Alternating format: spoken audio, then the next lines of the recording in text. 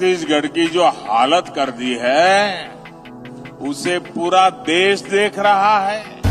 बिल्कुल, ये मत समझना पुलिस खड़े तुम जवान लड़ाओगे ना सारे को ठोकूंगी की मां लगती है बचाने आए हैं। मैं चाहूंगी आगे पीछे का बैकग्राउंड पहले चेक कर ले, अगर मुझे कुछ भी होता है तो तुम्हारे साथ पूछते भी ज्योति शर्मा को याद रखेंगे, ये चीज याद रखना।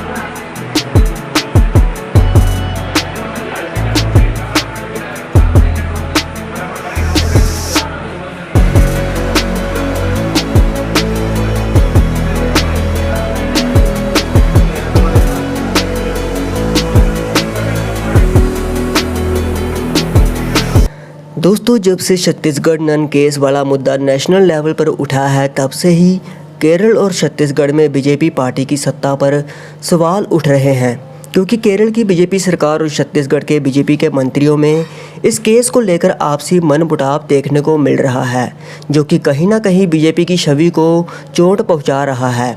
और हो सकता है कि आने वाले समय में केरल जैसे राज्य के साथ साथ साउथ के अन्य राज्यों में भी जो इतनी मेहनत के द्वारा वहां पर बीजेपी पार्टी ने सत्ता में अपनी पकड़ बढ़ाई हुई थी, उसकी नींव हिलती हुई नज़र आ रही है, जिस कारण प्रधानमंत्री नरेंद्र मोदी और गृह मंत्री अमित शाह को भी इस मामले में दखल अंदाजी करनी पड़ी, जिससे साउथ में वह अपनी बीजेपी पार्टी का जो पौधा उन्होंने लगाया है उसे उखड़ने से बचा सके। इसलिए अब पॉलिटिकल नज़रिए से देखा जाए तो छत्तीसगढ़ में हुड़दंग दल और उसकी गैंग लीडर शर्मा आंटी के ऊपर मोदी सरकार बड़ा एक्शन आने वाले समय में ले सकती है, जिसमें उन्हें कुछ समय की जेल भी हो सकती है या फिर उन पर कुछ समय के लिए छत्तीसगढ़ में बैन भी लग सकता है। खास करके जहाँ पे लिखा गया था कि an investigation in Madhya Pradesh, Jharkhand, Chhattisgarh and Odisha found that those who converted to Christianity claimed to have received financial assistance after going to church। पूरे मामले में अगर आप बयान आता है एक पीड़िता का, पीड़िता आती है ट्राइबल बेल्ट से और ट्राइबल बेल्ट से आने की वजह से उस पीड़िता को राहुल गांधी जैसे ही ट्वीट करते हैं और राजनीतिकरण चालू होता है, उसका बयान हॉस्टाइल हो जाता है। केरल इसलिए आज छत्तीसगढ़ के कोने कोने से एक ही आवाज आ रही है, हर कोने से एक ही आवाज आ रही है। छत्तीसगढ़ का हर एक व्यक्ति एक ही बात कह रहा है। छत्तीसगढ़ कह रहा है आओ नहीं सहिबो, आओ नहीं सहिबो, बदल के रहिबो, बदल के रहिबो, आओ नहीं सहिबो, बदल के रहिबो। मेरे परिवारजनों, ये बस्तर, ये दंडकारण्य आज बना हो ऐसा नहीं है। यहां आदिवासी मेरे भाई बहन, मोदी प्रधानमंत्री बना उसके बाद आकर के नहीं बसे हैं। भाजपा की सरकार बनने के बाद ये मेरे आदिवासी भाई बहन नहीं आए। अरे यहां के लोग तो तब भी थे।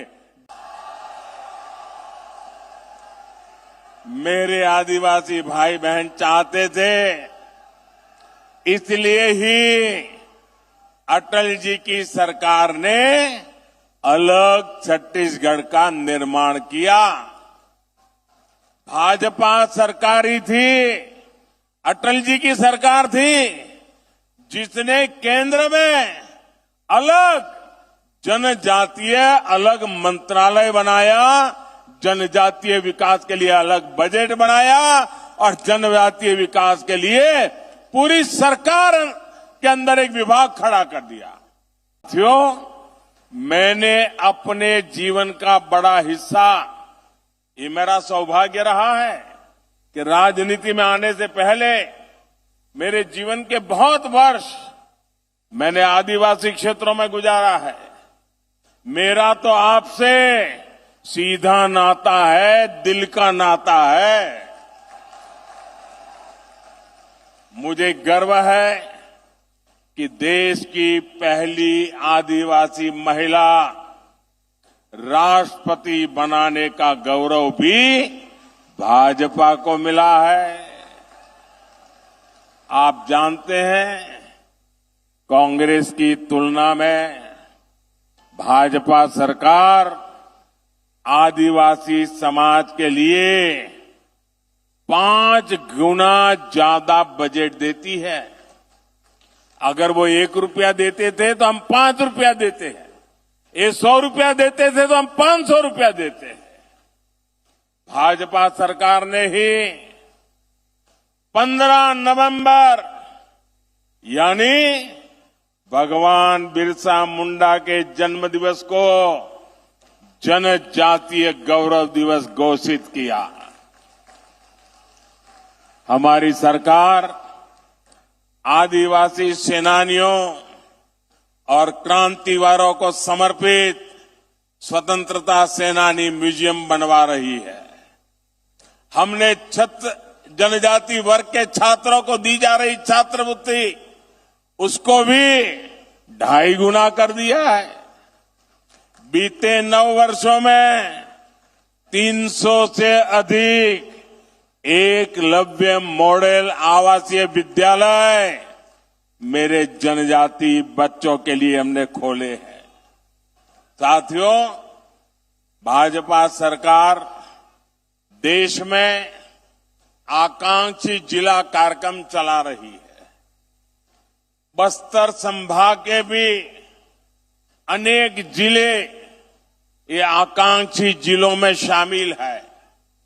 अब तो हम उससे भी आगे बढ़ करके जिले से निकल के जाकर के आकांक्षी ब्लॉक्स की पहचान कर रहे हैं। इस अभियान के तहत शिक्षा, स्वास्थ्य और रोजगार से जुड़े बड़े बड़े प्रोजेक्ट्स यहां शुरू होने वाले हैं। इसके अलावा भी हम छत्तीसगढ़ के उसमें आधुनिक इंफ्रास्ट्रक्चर का निर्माण कर रहे हैं। आज भी यहां 26,000, 27,000 करोड़ रुपए उसके से भी अधिक प्रोजेक्ट बस्तर को मिले हैं, छत्तीसगढ़ को मिले हैं। मेरे परिवारजनों, आज यहां बहुत बड़े और देश के आधुनिकतम स्टील कारखाने का लोकार्पण हुआ है। आप मुझे बताइए, आपको गर्व हो रहा है कि नहीं हो रहा है? इतना बड़ा स्टील का कारखाना आपको मिला है, आपको गर्व हो रहा है कि नहीं हो रहा है? कि ना कभी भगवा आतंकवाद था, ना कभी भगवा आतंकवाद हो सकता है।